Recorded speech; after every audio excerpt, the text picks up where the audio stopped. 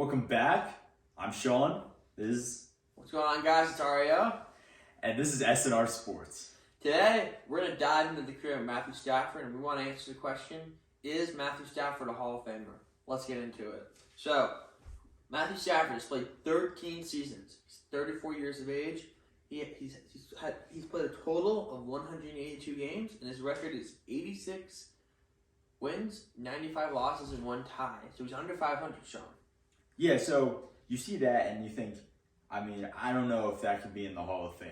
An under 500 record. There's a lot of debate around Eli Manning because of his whole thing, but here's another thing. He's had only one Pro Bowl appearance, and that was in 2014. A long time ago, too, yeah. Comeback Player of the Year in 2011, which, it's a nice award to have, but it doesn't really mean too much. I wouldn't say that affects his Hall of Fame career, but It's good to see. Yeah. And then, obviously, he's won 1 Super Bowl this year. And he had a great performance. It was his first year with the Rams, and he's also ridden on the Detroit Lions for years. Yeah, most people don't get out of Detroit. Ask Calvin Johnson and Barry Sanders. But let's go to his all-time stats, right? So the total touchdowns all-time is 323 total touchdowns thrown. So that puts him 12th all-time, which is pretty respectable. That's pretty high up, right? And the total passing yards of all time is 49,995, which also puts him 12th. So, you think he plays another couple years, we feel pretty confident he'll put himself in that top 10 in both of those categories, which are big categories when it comes to the Hall of Fame. People may argue they throw the ball a lot more nowadays. They don't run it as much, but still pretty impressive. Top 10 in those categories, when you're talking about Hall of Fame, that almost certifies that you're in. But we'll see if he makes it, and we'll see how he does on this Rams team. Yeah, and another thing that people don't know happened this year, Sean, he led the league in interceptions. 20 interceptions, 3 more interceptions than any other quarterback. That's a lot of interceptions. He averaged 1.2 interceptions a game, which is nuts. Yeah, so here's another question that this brings up. How does this stat affect his Hall of Fame career? So Cooper Kupp and Calvin Johnson have the 2 greatest receiving seasons ever, and Matt Stafford was the quarterback for both of them. Does that mean that his receivers carried him, or does that mean that he's able to find a great receiver over and over again? I think it's his style of play, right? Obviously, everyone knows Calvin Johnson's great, right? I think it's Matt Stafford's style of play. He likes to go to the same guy. He likes to stare at the same guy. Not stare, but go to the same guy, right? For example, Cooper Kupp's a great wide receiver, but John, he was nowhere close to this good last year, right? Obviously, Jared Goff and Matt Stafford are different quarterbacks, but I think it's the style of play that Matthew Stafford plays with. Yeah, so, taking in everything, I think that Matt Stafford has to be a Hall of Famer. And, at this point right now, if he had retired, today, I think that makes him a Hall of Famer, despite probably having the worst record ever for a quarterback in the Hall of Fame. Listen, I think the stats are there for Matt Stafford. He's got a Super Bowl.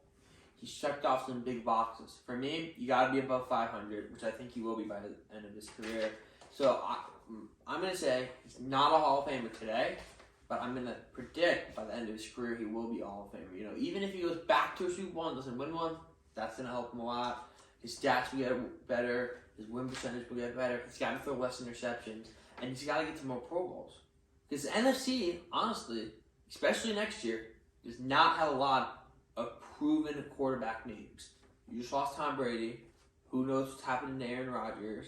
Who knows what's going on with Kyler Murray? The Cardinals, him.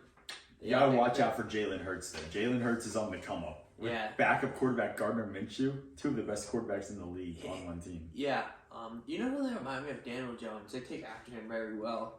But he's a good leader. Yeah, he is. He's fast. He is fast, honestly. Yeah. But so my prediction, Sean, is he's not a Hall of Famer today, but he will be one day. And I think that's a fair comment. I think that's fair as well.